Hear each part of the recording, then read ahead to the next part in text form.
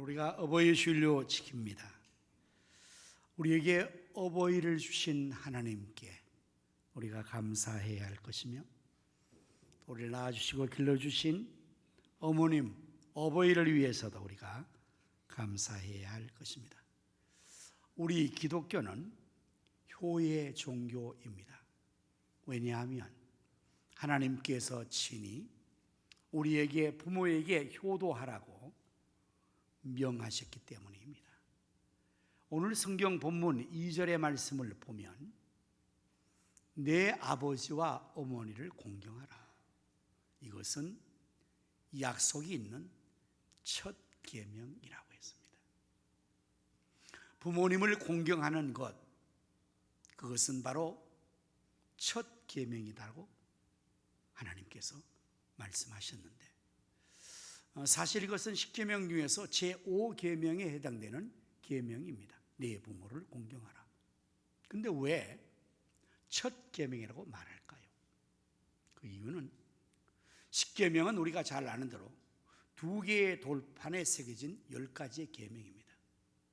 첫 번째 돌판에는 1계명부터 4계명까지, 이것은 하나님께 대한 계명, 하나님을 어떻게 잘 섬길 것인가에 대한 계명이고, 두 번째 돌판인 제5계명에서도 10계명까지의 이 내용은 이웃을 어떻게 사랑할 것인가, 이웃에 대한 계명, 사람에 대한 계명으로 주어진 것인데, 그 중에서 첫 번째가 된 제5계명이 바로 내 부모를 공경하라는 것입니다.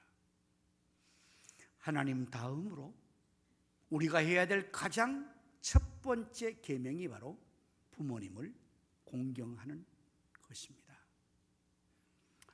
이 첫 번째 계명의 의미는 무엇일까요? 그야말로 그것은 첫째가 되어야 되는 우선순위의 의미를 갖는 겁니다. 우리 자녀들이 부모님을 공경하고 부모님에게 효도를 하는 것이 첫째가 된다, 그런 의미에서 이 첫 번째 계명이라고 말씀하는 거예요. 자녀에게 있어서 어머니, 아버지의 존재는 그야말로 첫째죠. 그러나 오늘 이 시대가 폐역한 시대가 되어서 사실 부모님이 첫째가 되지 못하는 비극을 우리는 겪고 있습니다. 사랑하는 성도 여러분, 여러분의 가정에서 부모님은 과연 몇 번째입니까? 우선순위가 뒤바뀌어 져버렸습니다. 부모님이 첫째가 아니라 자식이 첫째가 됐어요. 그 자식인 손자, 손녀가 또 첫째가 됐어요.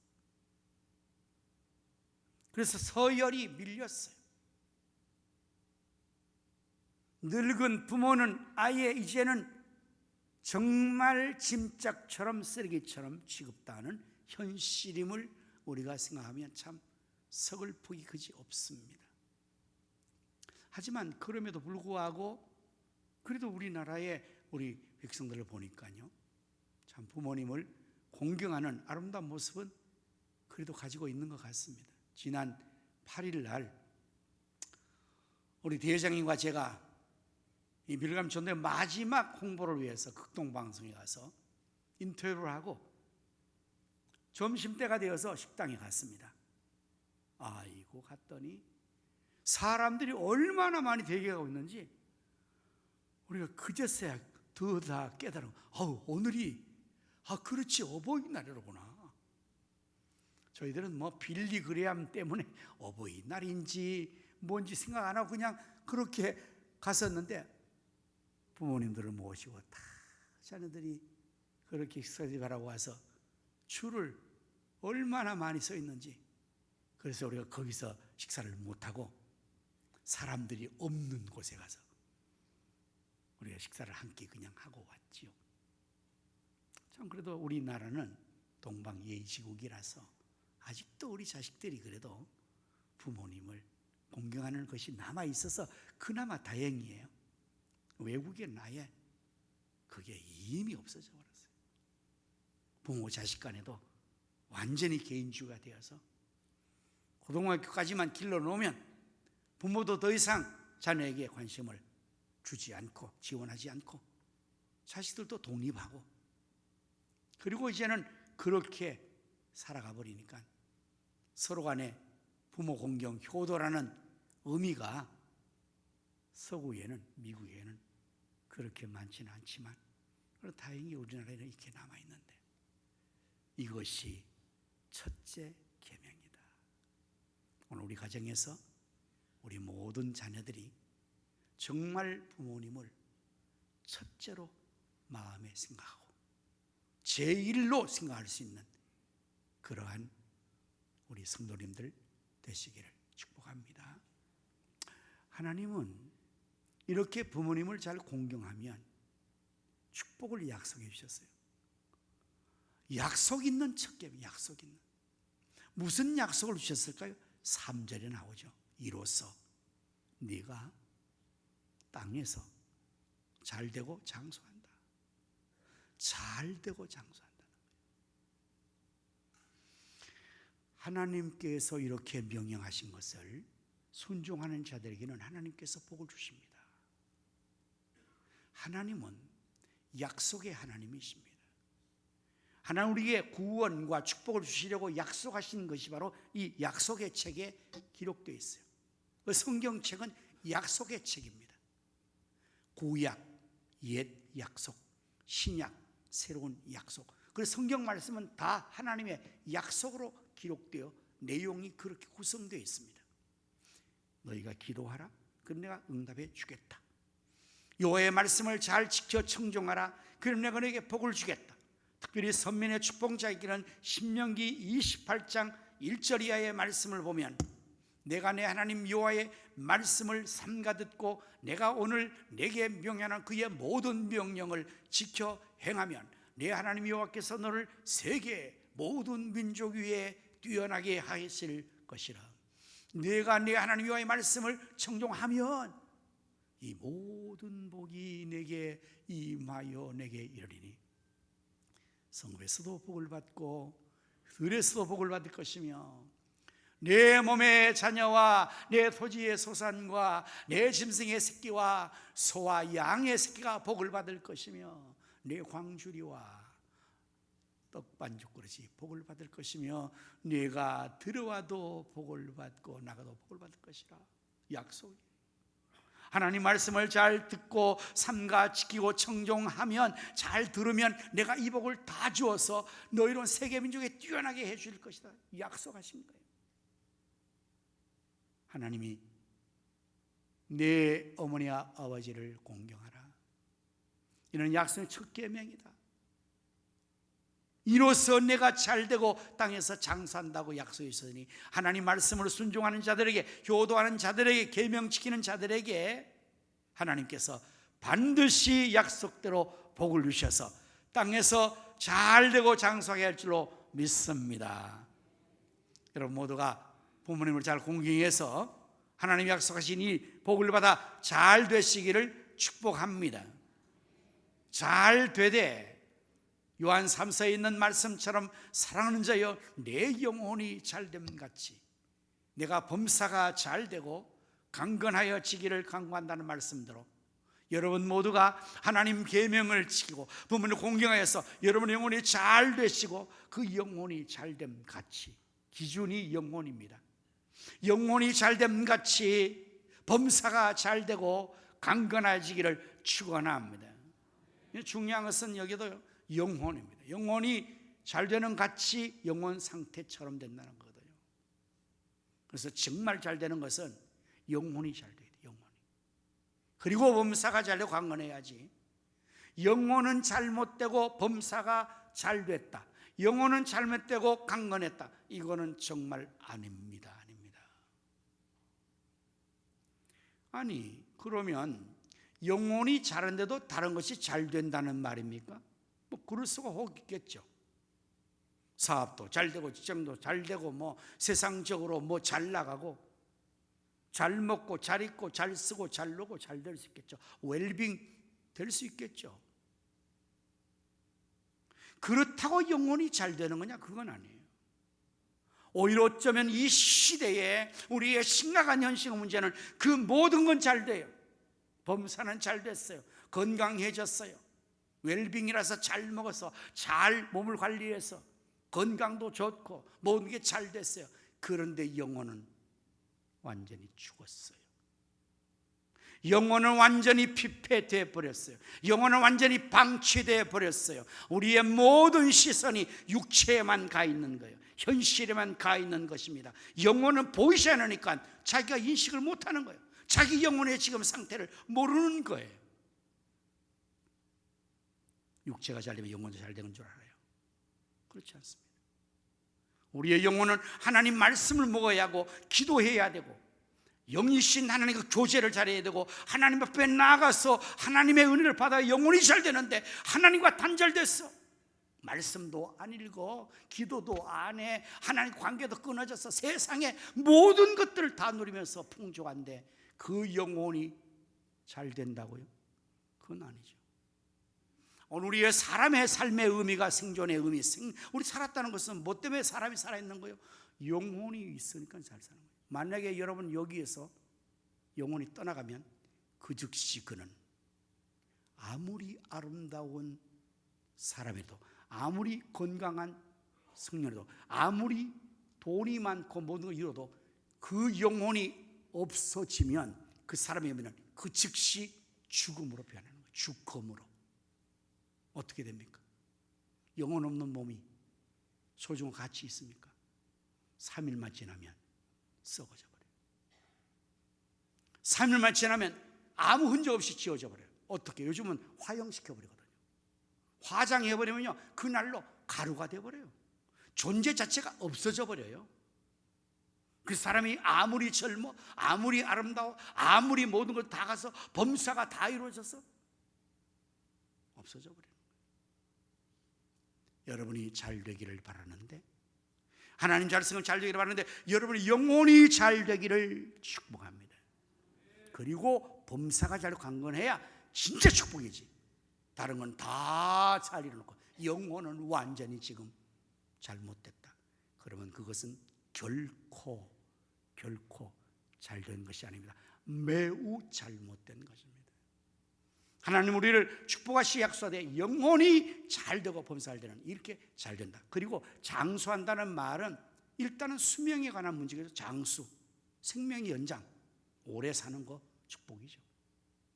또한 이 장수의 의미는 그 생명의 연장만이 아니라 성공의 연장되어 있는 이어짐. 성공했습니다, 승리했습니다, 행복을 차지했습니다. 그게 오래 가야 진짜 축복이잖아요.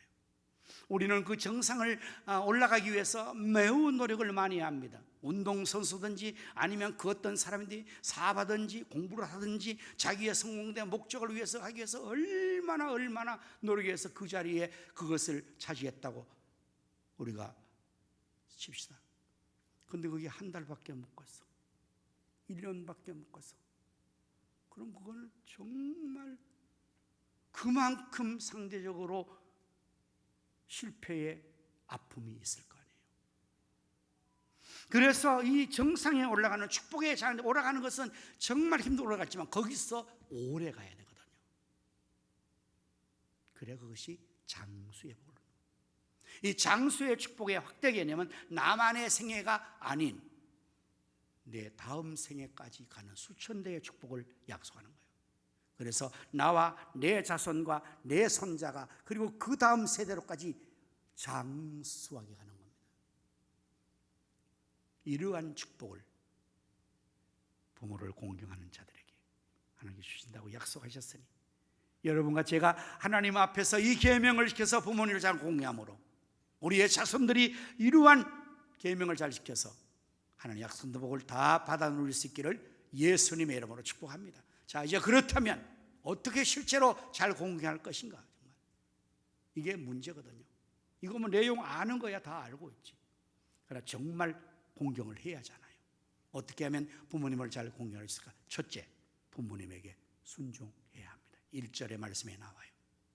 자녀들아 주 안에서 너희 부모에게 순종하라. 이것이 옳으니라. 순종을 해야 돼요. 우리 예수님은 하나님 아버지에게 죽기까지 복종하셨다고 빌보서 2장 7절 말씀에 나와요. 그는 하나님 본체나 근본 하나님과 동등됨을 취약해서 여기지 아니하시고 오히려 자기를 비워 종의 행실을 해서 사람과 같이 되었고 자기를 낮추시되 죽기까지 복종하셨으니 곧 십자가에 죽으심이라. 순종종 죽기까지 복종한 거예요. 그래서 우리 예수님께서 복을 받는 거죠. 우리 예수님 닮아서 우리도 다 부모님에게 순종해야 돼요. 그게 마땅한 거죠. 자식이 부모의 말을 순종한다. 그거는 금수와 같은 존재지 인간은 아니죠. 사람이면 당연히 인지를 가지고 이성을 가지고 하는 형상 가진 짐승보다 더한 존재라면 자기 부모를 공경할 줄 알지, 순종할 줄 알지. 아무리 내가 똑똑하고 아무리 부모가 무식하고 내가 아무리 능력 있고 부모가 아무리 무능해도 자식은 그 부모 앞에서는 당연히 순종해야죠. 그게 공경하는 거예요. 잘났다고 부모를 무시해요? 부모가 늙었다고 부모를 없이 여겨요? 그 자식이 잘난 자식입니까? 그만큼 못난 거예요. 그거는. 다음에 부모를 공경한다는 말은 정말 공경을 해야 합니다. 이 단어의 의미가 주는 것이 우리에게 교훈이 되는 거예요. 원어의 헬라어는 티마오라는 이 단어의 뜻은 가치, 가장 가치 있다는 뜻이에요. 여러분 가정에 여러분에게 가장 가치 있는 존재가 뭡니까? 금입니까? 통장에 돈입니까? 아니면 여러분의 그 어떤 것입니까? 아마 자식이 제일 가치 있죠. 과연 우리의 부모를 우리가 자식처럼도 생각하냐? 내 자식만큼 가치 있게 생각하냐? 이 세상에 그 어떤 것보다도 가치 있게 생각하는 것이 공경하는 거예요. 존재 자체를 존중하는 거예요. 그 다음에 카바드라는 이 히브리어의 원어의 의미는 우리 몸의 간을 의미하는 간. 우리 장기는 다 소중합니다. 그러나 간은 정말 중심에 있어서 중요하죠. 부모의 존재가 바로 간과 같은 중요한 의미 존재하는 거죠. 그렇게 여길 때에 부모를 잘 공경할 수가 있게 되는 것입니다. 매튜 헨리라는 유명한 주석가는 이 본문에 대해서 여기서 공경한다는 것은 부모를 존중히 여기고 순종하며 위로하며 부양하는 것까지 포함된다 그랬어요. 응? 마음으로 존중히 여기고 말씀에 순종할 뿐만 아니라 연로하신 부모님을, 약한 부모를 위로하고 말로, 그리고 부양의 책임을 다해서 부모님을 마지막까지 봉양해야 된다는 의미가 공경에 있다 이 말이에요. 그게 진짜로 잘 공경하고 부모를 섬기는 거죠. 잠언 23장 22절 말씀을 보면 너 낳은 아비에게 청종하고 내 늙은 어미를 경히 여기지 말라 그랬어요. 여기의 의미가 늙은 어미입니다. 이게 늙어지면 경히 여기는 거거든요, 사람들이. 그래서 젊을 때야 왕성한 경제활동, 왕성한 부모 역할을 감당할 때야 경히 여기겠지. 거기서 돈이 나오니까. 이제는 부모가 연로해서 늙어서 육체힘도 쇠진하고 경제로 없어지고 모든 것이 늙어질 때 경히 여기는, 경히, 가비열 경자, 가볍게 여기는 거예요. 무슨 말하면 뭘 안다고 그러세요? 없어요.